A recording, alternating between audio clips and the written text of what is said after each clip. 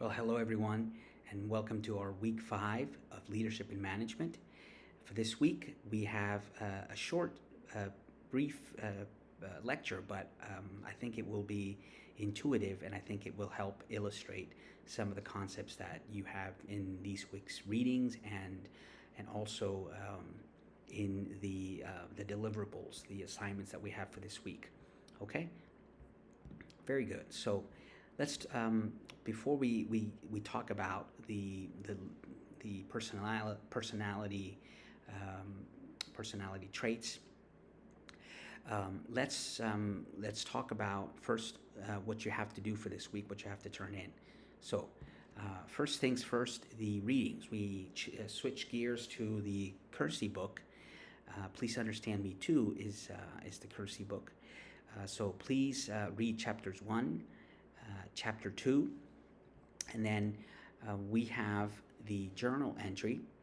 This is a journal entry on personality assessment. One thing that I would like you to please keep an eye on is that you do not attach a Word document, okay? Please do not attach the Word document. You can write it in Word and then cut and paste your entry directly to the journal area, okay? But do not attach the Word document because it makes it very difficult to grade, and then it's just problematic. So please don't do that.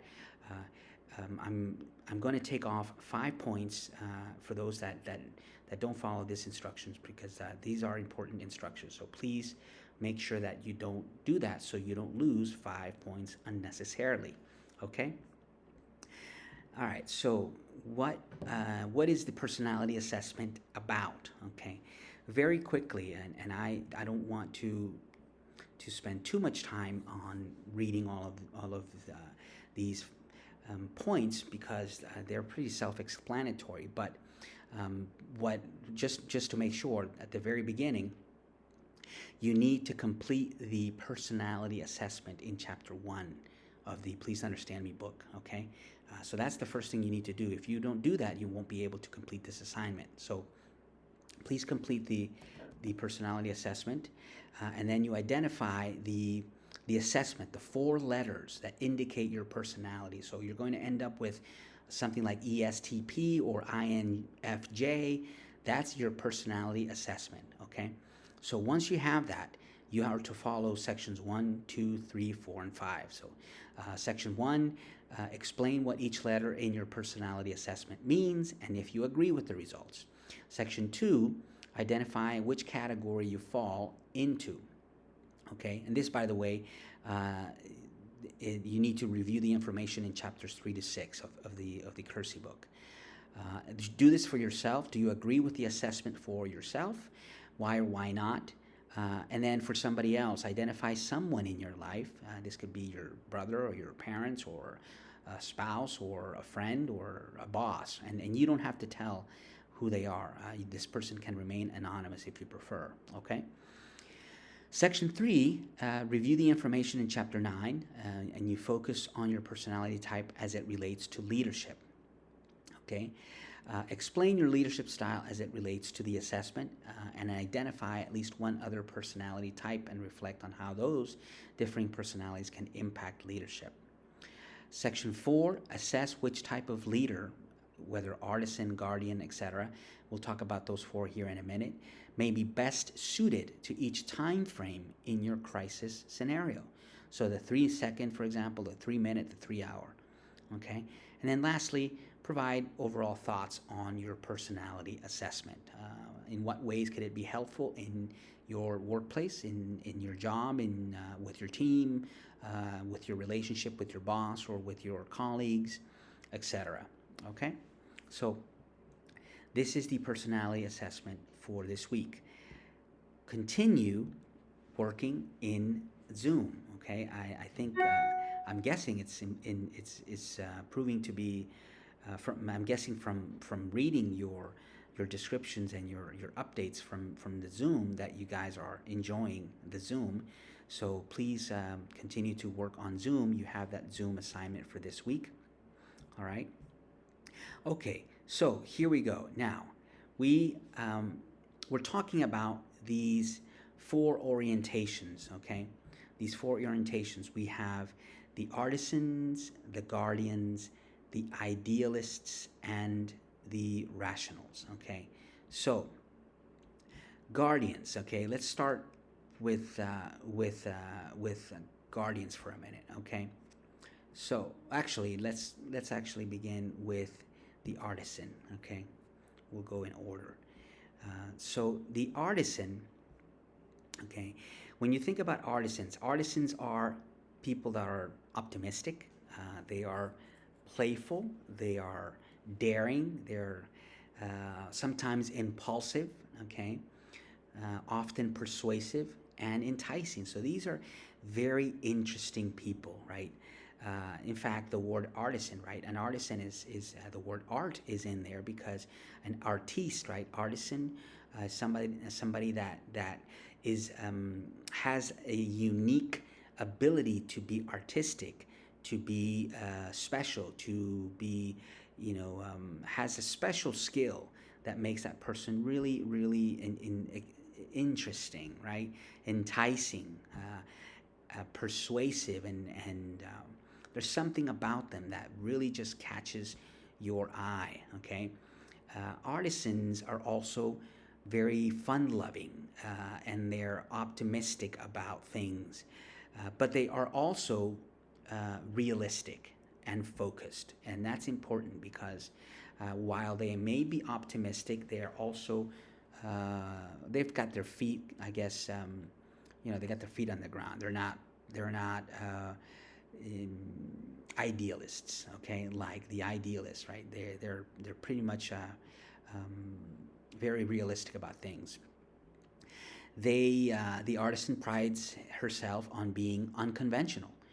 So often they are bold in the way that they approach things and problems, and this is important for leadership because sometimes you need to be bold. You need to go for gold. You need to take that extra, that little risk, right? So artisans are known to be bold and spontaneous, and this is also important because spontaneity is a great supporter of keeping things fresh, and it keeps, especially at the workplace, when you have a spontaneous supervisor or a spontaneous leader, uh, and spontaneous not to mean that they just do crazy things, from one day to the next, but spontaneous in the sense that sometimes they will act out of the norm, or they will do certain things that will be surprising, and they will surprise you, inspire you, they will motivate you. They are, a welcome surprise, right? And that's nice because it keeps the atmosphere fresh and new, and and the monotony that sometimes takes over in organizations is reduced when you have these types of people as leaders. Artisans are, again, they're good leaders because they are good at troubleshooting. Okay, they find solutions to problems. Their one Achilles heel is they're impulsive. Okay, sometimes some artisans are impulsive and they want to make a splash. Okay, they want to be they want to do things so much. They want to be so special, right, with their actions, and at times they get carried away and they want to make a splash, and they end up not doing so well. Okay, so this is the artisan. All right. Let's see. Now we go to the guardians. All right. So the guardians, who is a guardian? Okay. Well, a guardian, for example, you could be a guardian is like a supervisor, okay, or an inspector, or a provider, okay. So if we look at the supervisor, okay, the guardian is a supervisor. The word guardian, in fact, what are you doing? You're guarding, but it's not just a guard, but rather safeguard, right? You're keeping something safe. So A guardian is somebody that is responsible, honorable, uh, structured, um, forceful at times when it's necessary, authoritative, okay, authoritative, uh, and authoritative, again, we've talked about authoritarianism, right? So there's a fine line between being a tyrant and being a strong leader, okay? So these are some of the characteristics of guardians. And then we have the idealists, okay? Idealists are your hopeless romantics, okay? The hopeless romantic, very romantic, very kind-hearted, sensitive, loves relations. Idealists tend to be inspired uh, they are taken. They're inspired by belonging and being liked. Okay, as opposed to say power. Okay, idealists are empathetic, authentic, and diplomatic, which makes them great, great servant leaders, uh, and and great potential transformational leaders because they have all those soft skills, those soft characteristics: sensitivity, authenticity, empathetic, very diplomatic in the way they approach you and the way they talk. These are the types of people that will tell you a very, very bad news, but it won't feel so bad because they're so good at telling it in a way that is so empathetic and diplomatic. Okay? Um, these are the idealists. Wonderful, wonderful people to have, okay? But if you think about a manager, or if you think about a leader, there are times when these types of individuals might not be able to manage and to lead in certain positions, certain situations, okay? Because they are too empathetic, because they are too much concerned about feelings, and there are times when feelings have to take a back seat to getting the job done. Okay, so but certainly these are great people to have. Not many idealists in the world. If you think about the idealists in relation to the other categories, and then the last one is the rational. Okay, so rational individuals. Okay, rational. If we think about it in the sense in the context of how we speak sometimes, we in the common terms, don't be rational, you're being irrational in that context. But even in the economics context, okay, rational individuals are very logical, and what this means is that they depend on data. Okay, they make decisions based on data and reason. Okay, math oriented.